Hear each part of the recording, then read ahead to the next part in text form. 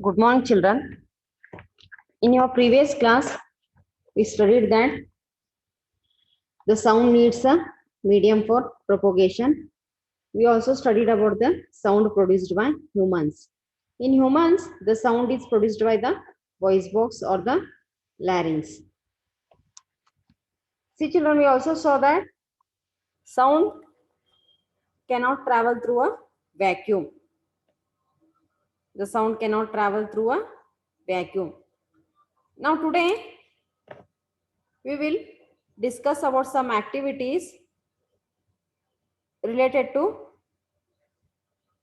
is the sound can travel in liquids. See, children, first activity, you have to take a bucket or a bathtub. It has been shown in the figure here. You have to take a bucket or a bathtub and you have to fill it with the clean water. Now take a small bell in one hand and shake this bell inside the water to produce the sound. Now you have to make sure that the bell should not touch the body of the bucket or the tub. So children, first you have to take a bucket or a bathtub and you have to fill it with the clean water. Now you have to take a small bell here as shown in the figure. You have to hold it in one hand and now you have to shake this bell inside the water to produce the sound. Now you have to be careful that the bell it should not touch the outer layer of the bucket here. And you have to place your ear slowly on the water surface. See children, it has been shown in the figure here. You have to be careful that the water should not enter your ears. You have to place your ear slowly on the water surface. Now, can you hear the sound of the bell? See children, when you slowly keep your ears on the water surface, you can hear the sound of the bell. It indicates that the sound can travel in a liquids. The sound of the bell inside the water, it indicates that the sound can travel in a liquids. Now let us find out that if the sound can travel through solids also. Here is one activity children. You have to take a meter scale or a long metal rod. It has been shown in the figure here. You can take a meter scale or a long metal rod and hold its one end to your ears. See here children, you have to hold one end of the scale or a metal rod to your ear and you have to ask your friend to gently scratch or tap at the other end of the scale. See here, it has been shown in the figure here. One boy is scratching the another end of the scale here. One boy is holding it to the ear. Now, can you hear the sound of the scratching? Now, ask your friend around you if they were able to hear the same sound. See children. Now, when another boy scratches, the boy who is holding the one end of the scale here, he can hear the sound of the scratching here.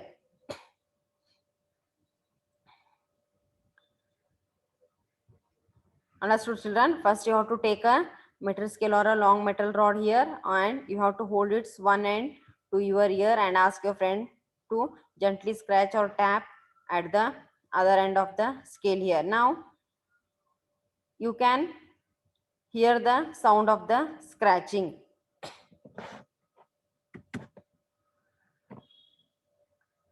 Now you can also perform the above activity by placing your ear at one end of a long wooden or a metallic table. See here children, you can also perform this activity by using a metallic table or a long wooden table. And first you have to place your ear on the one end of the table here and you have to ask your friend to scratch at the other end of the table. Now you can hear the sound of the scratching here. It indicates that the sound can travel in a solids. See children, we find that the sound can travel through wood or a metal. In fact, the sound can travel through any solid. You can perform the interesting activities to show that the sound can also travel through strings here children. Now, see children, you may have played this, the toy telephone. It is a toy telephone made up of a string here. Now, one boy is holding here with the ear. Two glasses have been attached to the strings here, and one boy is speaking something here, and the boy who is holding the glass to his ears, he can hear the sound. It indicates that the sound can travel through strings also. See children, we have learned so far that the vibrating objects, they produce the sound, and it is carried in all the directions in a medium. The medium could be a gas, a liquid, or a solid. See children, we have learned so far that the vibrating objects, they produce the sound, and it is carried in all the directions in a medium. The medium, maybe it is a gas, a liquid, or a solid. Now we will see that how do we hear the sound. See children, you all know that we will hear the sound through our ears, but inside the ear, what helps us to hear the sound? We will study that. The shape of the outer part of the ear, it is like a funnel. See children, it has been shown here. It is like a funnel here. The shape of the outer part of the ear, it is like a funnel, and when the sound enters it, when the sound enters the ears, it travels down a canal.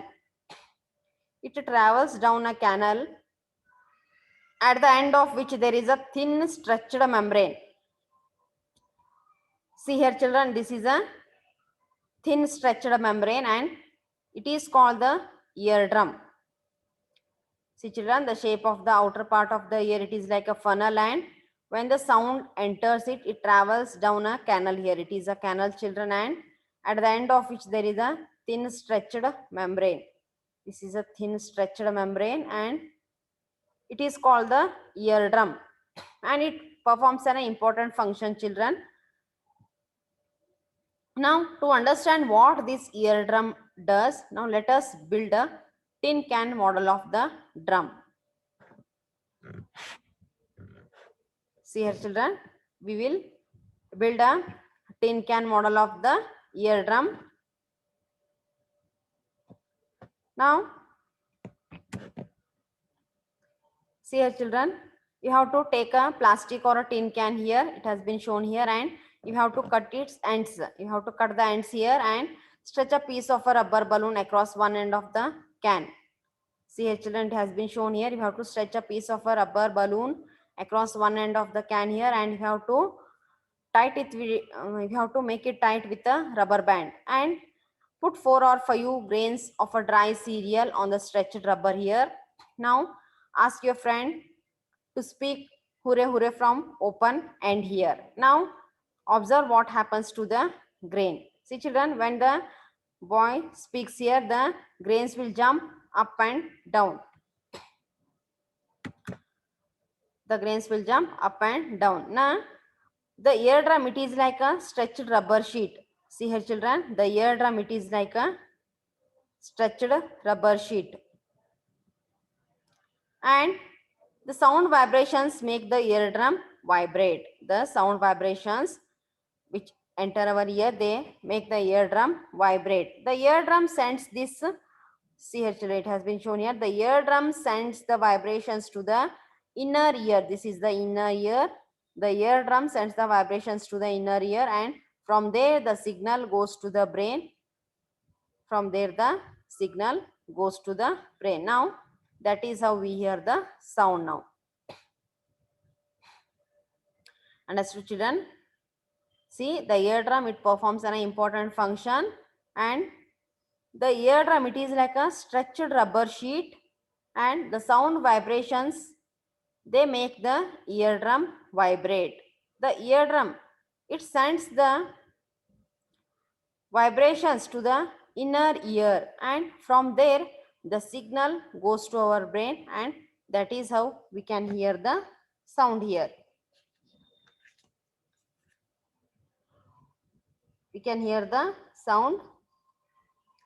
And see children, we must never put a sharp pointed or a hard things into our ear, because it can damage the eardrum. The damaged eardrum, it can impair the hearing. Means if we put the sharp pointed or hard things into our ears, it can damage our eardrum, and the damaged eardrum can impair hearing. Means we can't hear.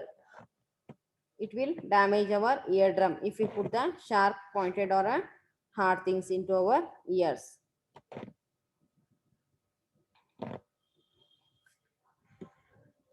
Understood children? Till now we studied about the how we can hear the sound through our ears, and also we studied that the sound can travel in liquids, and we also discussed some activities related to it. You try to perform this activity children in your home.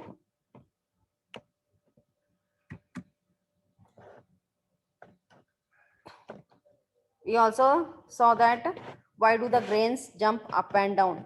Because of the sound, the grains jump up and down here.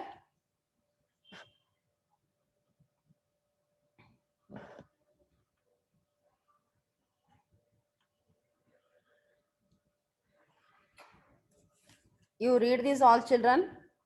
Next concepts we will study in our next class. Thank you.